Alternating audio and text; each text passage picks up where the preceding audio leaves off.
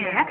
Sehingga pada saat mereka memiliki kualitas yang bagus gitu ya, mereka diharapkan mampu mengarahkan tujuan atau target hidupnya secara baik dan menerapkan rencana atau langkah-langkah konkret mereka menuju tujuan tersebut gitu ya. Nah, tetapi kenyataannya ternyata tidak semua remaja mampu menunjukkan kualitas pribadi yang lebih bagus dari masa anak-anak. Oke lah, usianya sudah dibilang remaja, tapi ternyata kok perilakunya masih terlihat seperti anak-anak. Nah, itu banyak yang Mbak Nuri ya. Betul sekali, Mbak.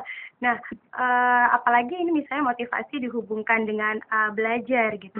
Ternyata di usia-usia SMP justru orientasi mereka tidak pada hal-hal untuk masa depannya, tetapi orientasinya lebih pada hal-hal yang kesenangan semata gitu ya, jadi masih bermain dan lain sebagainya gitu ya.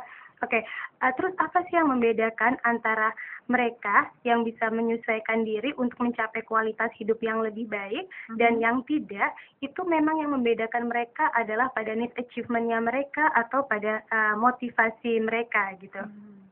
Jadi pada saat si remaja ini punya motivasi yang baik gitu ya, dia pasti ada usaha yang menyebabkan dia itu memiliki gerakan perilaku untuk bagaimana menimbulkan lalu mengarahkan dan mempertahankan perilaku mereka pada arah atau tujuan mereka gitu.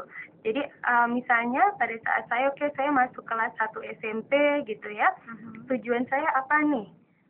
Biasanya kalau masih di SMP ini mulai ingin punya banyak teman seperti itu ya, Mbak, betul sekali ya. Mungkin diterima, intinya saya bisa menyesuaikan diri gitu ya, diterima, jadi teman yang menyenangkan, dan kalau bisa saya berprestasi tidak hanya di kelas, tapi saya juga aktif di organisasi intrasekolah atau OSIS gitu ya. Jadi arahnya seperti itu gitu. Nah, motivasi ini juga tadi sudah dijelaskan oleh Mbak Nuri, itu adalah energi gitu ya. Nah, kalau orang itu tidak punya motivasi, berarti dia tidak ada energi untuk mencapai apa atau tujuan atau targetnya itu. Jadi dari keluarga broken gitu ya, terus dia mengalami kekerasan seksual gitu, terus dia background-nya memang sudah betul sekali yang sebenarnya dia untuk beradaptasi gitu ya di lingkungannya sudah tidak menerima dia gitu ya. Ternyata motivasi dalam dirinya itu luar biasa, akhirnya dia mendapat beasiswa, jadilah dia Oprah Winfrey yang sekarang gitu ya.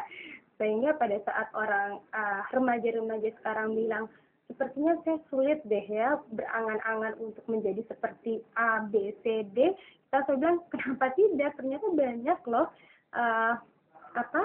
teladan-teladan sekarang itu yang memang dia tidak lahir dari keluarga yang berada gitu ya Mbak Nuri ya, gitu.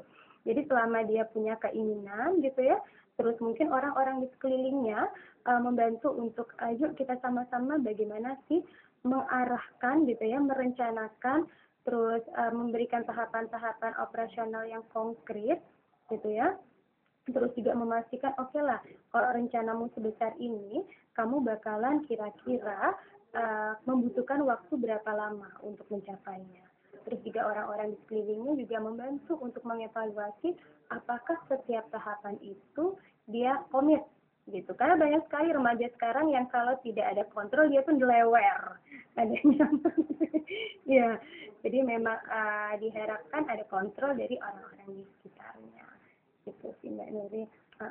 Terus misalnya kalau memang dia dan ini memang diharapkan pada saat dia akan merencanakan segala sesuatu, tujuan atau targetnya, pasti dia sudah paham akan resiko yang terburuk pun yang menimpa dia.